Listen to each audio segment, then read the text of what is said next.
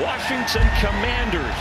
History begins. People are ready. There's been some energy in the building today. It's a new era. It's new everything. This is why you grind all offseason. This is why you put the work in. This is why you sacrifice. But this right here. A new logo at midfield. Let's kick off a new era and a new season. I love the messaging that's come from Ron Rivera.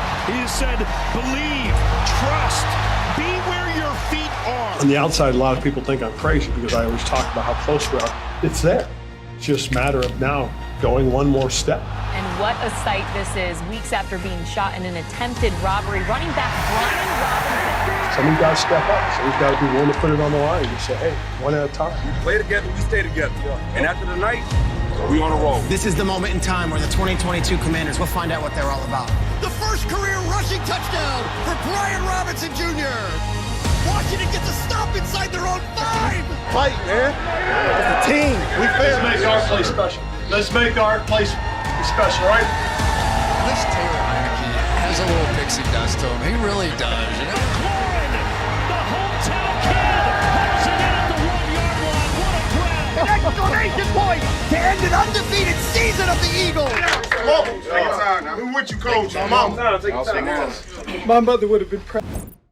And welcome into Command Center. Julie Donaldson with my radio team, London Fletcher and Bram Weinstein. And, well, we wish we were still talking about games, but instead we're talking about the season that was. And, Bram, give me one word that you would use to describe it. Thin, as in thin at certain position groups. I think it brought out some vulnerabilities in this team and kind of hurt them down the stretch. I would say disappointing. I'm going to say 2 words, extremely disappointing. When you look at this team had the potential to win 11 or 12 games and should be making a deep playoff run, in my opinion. And that's the one word that this team hated, potential, because they say you don't want to have to sit there and say this is what we could have done. You want to be able to be right there at it, and unfortunately they were not. Let's get to how the season went down and why we're discussing it today. Time for our mission debrief, brought to you by the Washington Times.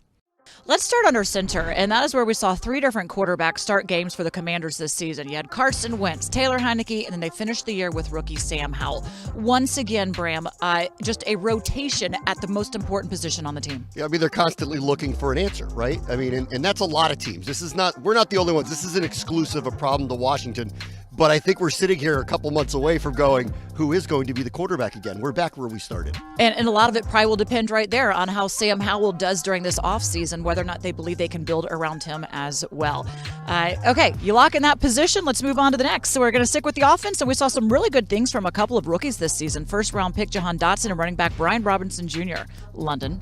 Yeah, I was very, very impressed with the play of Jahan Dotson. It started at the first game of the season where he got 2 touchdowns against the Jacksonville Jaguars, and then once Brian Robinson Jr. was able to come off of his, horrific situation and what he brought to the running game, the future is bright when you look at those 2 guys and what they were able to do on this year's football team. And then, of course, you have Terry McLaurin. My goodness, Bram gets that new contract and he performs. You want an investment to pay off. He's not just a great player. He's been a great leader. He's been supportive of people like Dotson as well. He's just been unbelievable this year. And he gets his first trip to the Pro Bowl. And then on defense, they showed up, showed out. John Allen earning his second trip to the Pro Bowl. Daron Payne, he's going to the Pro Bowl as well. And then we got to see Chase Young come back. Oh, yeah. I thought Daron Payne and Jonathan Allen were the 2 best defensive tackles in football. And then, the way Montez Sweat, he got it going this year. And once Chase Young was able to get out there, we saw, what this defensive line group could do. Yeah, the D-line is for sure solid. So let's take a look at some of the season averages on offense and defense. Well, on offense, they did not perform the way that we had expected. As you see, they would run for 126 a yard game. They would pass for maybe about 200. But the scoring just was not enough to keep up. They ranked 24th in the league with scoring at just about 19 points a game. Defensively, a little bit of a different story, especially if you take away maybe the way the season began, but you took it there. Top 5 in the league, top 10 in the league in many categories. In total yards per game, passing yards per game, and even scoring, holding teams to just 20 points a game as well. But again, not enough to get them into the playoffs.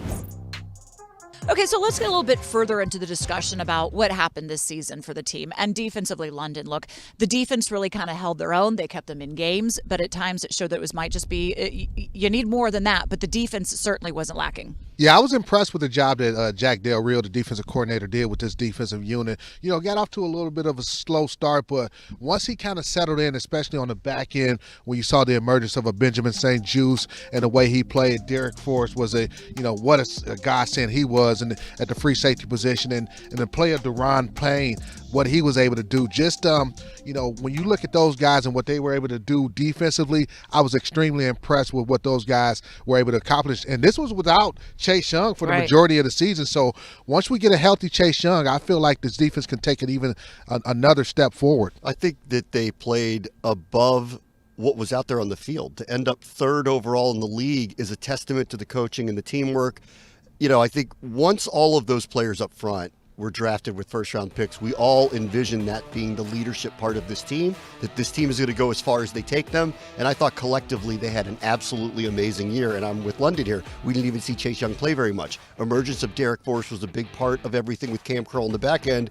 And you saw them fill in vulnerabilities. Cole Holcomb goes out for more than half the season. They have one viable starting linebacker. They survived with that. Benjamin St. Juste starts in the slot, moves to the outside. They're thin at corner. They survived with that. I think the defense had a really great season. Yeah, we did see where I think depth at the end kind of hurt them a little bit, the linebacker and in the secondary. But, man, that D-line certainly came out and performed well. Now the question is, can they keep them all together for a return next season? Now, offensively, they just didn't get the production that they wanted. Coach Ron Rivera said they want to be a run-first team, but you also have Terry McLaurin, Curtis Samuel, and Jahan Dotson. So they had to find the right balance, but that offensive line just seemed to have issues all season long. And again, Bram, the rotation at quarterback. Yeah, rotation at quarterback. And I really think it comes down to, and this is for a lot of teams, situational football. They were not good at converting in the red zone. They had trouble converting third and shorts, fourth and shorts late in the season in tight, close games, specifically the ones against the Giants, which is really, I think, the difference between them being in the playoffs and not being in the playoffs. They were not able to come through. And so,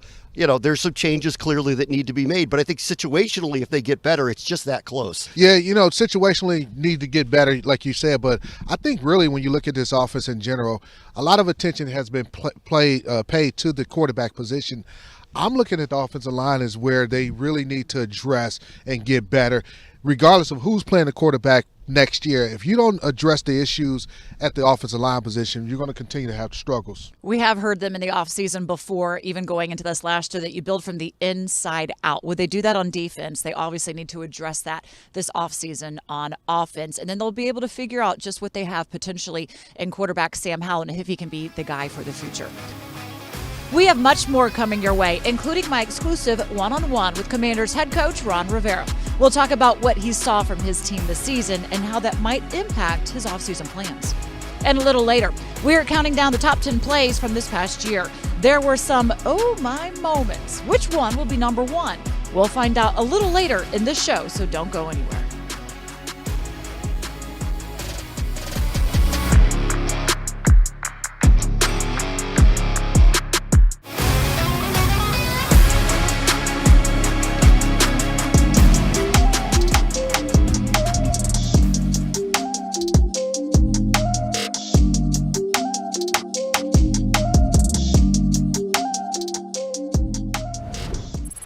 And welcome back. Here's a look at the record head coach Ron Rivera has put up during his 3 years as head coach here in Washington.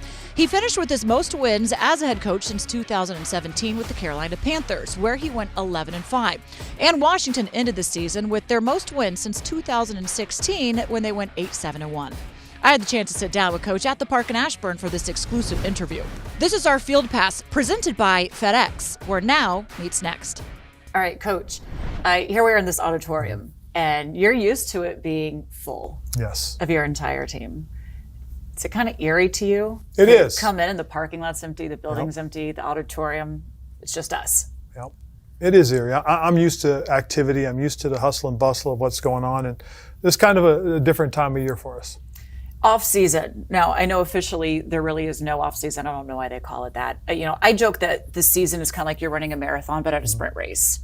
Do you feel that? And then do you feel a change of pace to where we are now? Yes, I do. For a couple of reasons. One is obviously, we've made some changes. We're making a change on our offensive side. I'm looking for a new offensive coordinator.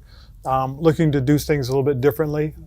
We have obviously I think a very talented group of players that I want to approach a different way. I also think as we start getting prepared going into next year because of where we are with our personnel, it is a situation for us to even take a bigger step this year. What went into making that decision, offensive coordinator? And we know that you're doing a lot of interviews. So what is it? Is there something you're specifically looking for? I'm looking for a different way to do things. I think, we have to approach it in a way that it is different from what we've done. It's from different what I've been involved with.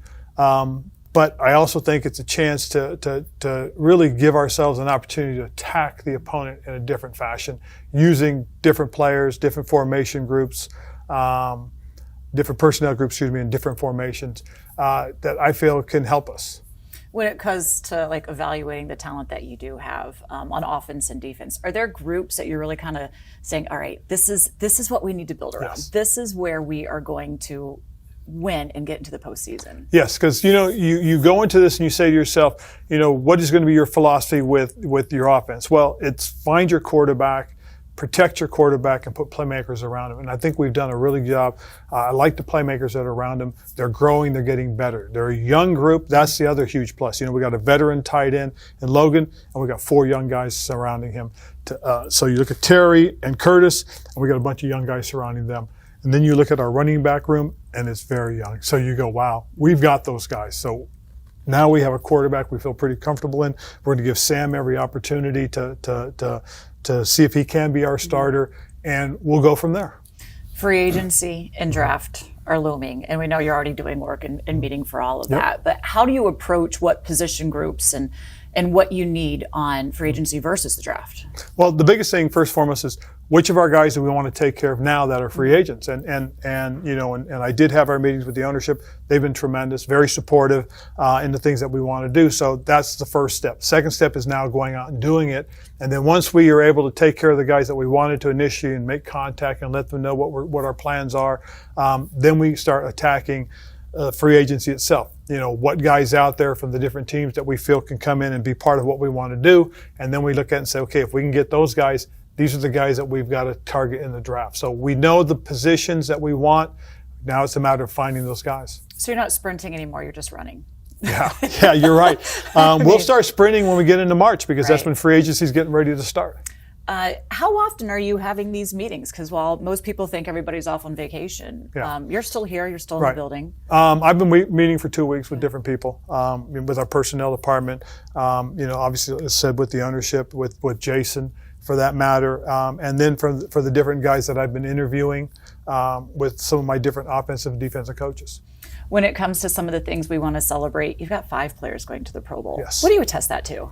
I think, first of all, finding the talent, and then secondly, developing it. And just the way those young men have played, they all deserve the opportunity. All right, Coach. We look forward to what's going to be an exciting offseason with you.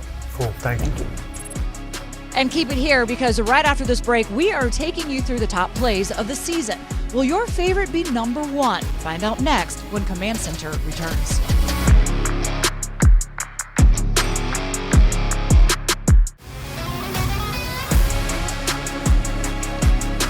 Touchdown Washington! The first touchdown in Washington Commanders history!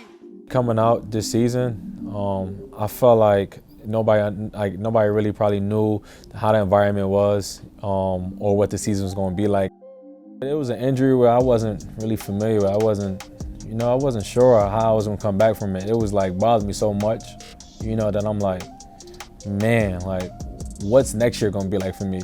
And I've worked so hard in the offseason. I pushed myself to limits that I didn't think I can go, and it really was a testament of who I am. It showed me hey, you ready for this moment, you born for this, and to be able to get that first touchdown, I feel like that just solidified how my season was gonna go. I guess when it happened, I didn't really understand it too much, but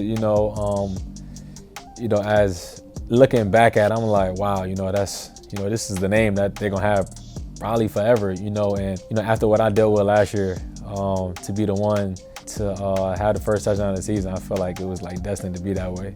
and I felt amazing about it. Samuel to come in motion again. Play action Gibson. A quick toss towards Samuel. Dives into the end zone. Touchdown! Touchdown Washington! The first touchdown in Washington Commanders history is a 3-yard pass from Carson Wentz to Curtis Samuel. At the beginning of the season, a lot of teams don't know what you're going to do. They haven't seen the concept. We haven't run it yet. They have no film on it.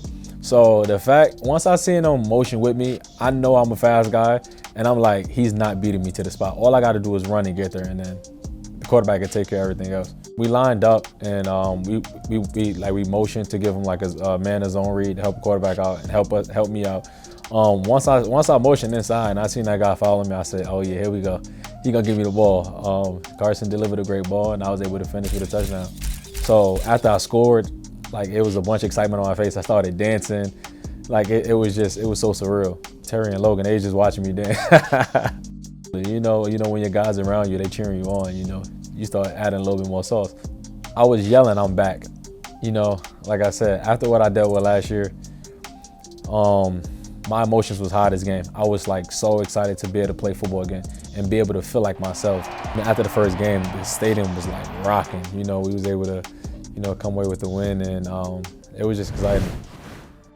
Well, that was certainly a memorable moment this season. We're back here with London and Bram. Okay, guys, let's take a look back at the top 10 plays from the year, and we're going to start with number 10 against the Falcons. Brian Robinson goes right over a defender for the touchdown. Wow, you do not want to be a Falcons defender having to try to tackle 6'2", 230-pound B-Rob. All year, remember training camp, he was catching the ball like this.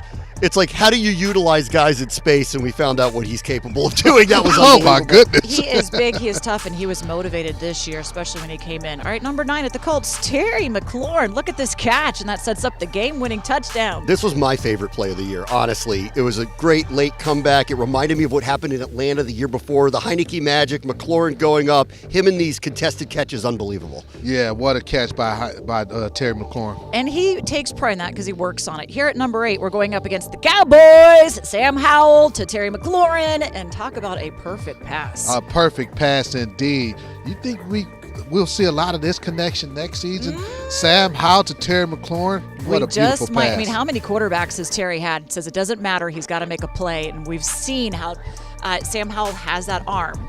My goodness.